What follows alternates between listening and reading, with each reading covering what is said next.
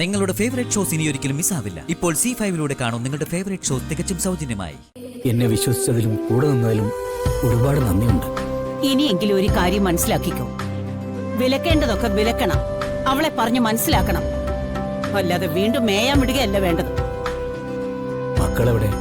Priyanka music പിടിക്കാൻ പോയി കാണും. രാധികയെ കുറെ നേരമായിട്ട് കാണുന്നില്ല. എവിടെയെങ്കിലും ഇരുന്ന് കരയുന്നുണ്ടാവും എന്റെ കുട്ടി. ഞാനൊന്ന് പോയി നോക്കട്ടെ. അച്ഛാ, മോളെ മോളെ, എന്താ എന്താ മോളെ, എന്താ പറ്റിയത്? എന്താ കാണിച്ചെന്നറിയോ അച്ഛന്? അമ്പാടിമല ചവിട്ടി കയറി അവിടെ വിളക്ക് തെളിയിക്കാൻ പോയിരുന്നു. നേരോ? എന്തൊക്കെയായി കേക്കുന്നത്? അതും ജലപാനം ചെയ്യാതെ. എന്താ മോളെ നീ കാണിച്ചത്?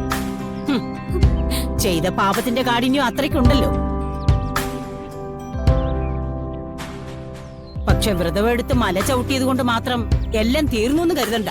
അമ്മൊന്നും ഉണ്ടായിരുന്നേ. സ്വന്തം നേട്ടത്തിന് വേണ്ടി ആവില്ല എന്റെ കുട്ടി മല ചവിട്ടിയത്. ഈ കുടുംബത്തിന് വേണ്ടി, എനിക്ക് വേണ്ടി. അതെങ്കിലും ഒന്ന് മനസ്സിലാക്കിക്കൂടെ?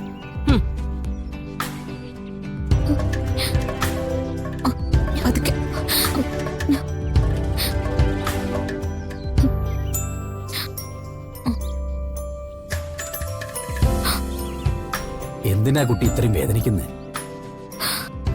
എന്തിനാ ആരും കാണിക്കാത്ത സാഹസം കാണിച്ചത്? അച്ഛന് വേണ്ടി ഞാൻ എന്തെങ്കിലും ചെയ്യണ്ടേ? എന്റെ കടം അങ്ങനെങ്കിലും തീർക്കണ്ടേ എനിക്ക്? യശോദേ, കൊണ്ടുപോയി എന്താന്ന് വെച്ചാൽ വിളമ്പി കൊടുക്ക്. എന്റെ മോള് ഭക്ഷണം കഴിക്കട്ടെ ആദ്യം. വാ മോളെ. അച്ഛാ, കമ്മിറ്റിയുടെ തീരുമാനം എന്തായി? ഒരു തീരുമാനത്തിനും അച്ഛനെ തോൽപ്പിക്കാനാവില്ല. കാരണം എന്താണെന്നറിയോ? അച്ഛന് ത്യാഗം കൊണ്ട് ആരെയും തോൽപ്പിക്കുന്ന ഒരു മകളുണ്ട്. ഭഗവാൻ അച്ഛനെ കൈവിടില്ല മോളെ. നീ ചെയ്ത പ്രവർത്തിക്കുള്ള കൂലി അച്ഛന് കിട്ടി. അച്ഛനോട് അവർ തുറന്നോളം പറഞ്ഞു. എന്റെ കൃഷ്ണ,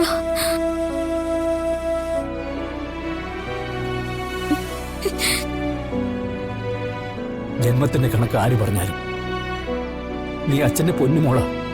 കേട്ടല്ലോ?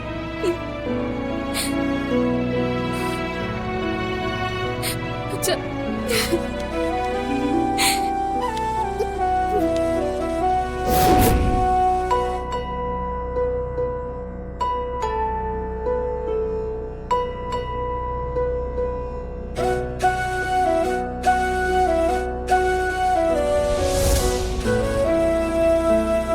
ഇടയ്ക്കൊന്ന് കൈവിട്ടെങ്കിലും എന്നെ ചേർത്ത് പിടിച്ചു അല്ലേ? പക്ഷെ എനിക്കറിയാട്ടോ, തളർത്തിയതൊക്കെ കൂടുതൽ കൂടുതൽ കരുത്ത് കിട്ടാൻ വേണ്ടിയിട്ടാണ്. ഇപ്പൊ എന്റെ മനസ്സിന് എന്ത് കരുത്താന്നറിയൂ? അച്ഛൻ പറഞ്ഞത് കേട്ടോ? ലോകം മുഴുവൻ തള്ളി പറഞ്ഞാലും ഞാൻ അച്ഛന്റെ മോളാന്ന്. എനിക്കത് മതി. എനിക്ക് എന്നും അത് തന്നാ മതി കൃഷ്ണ.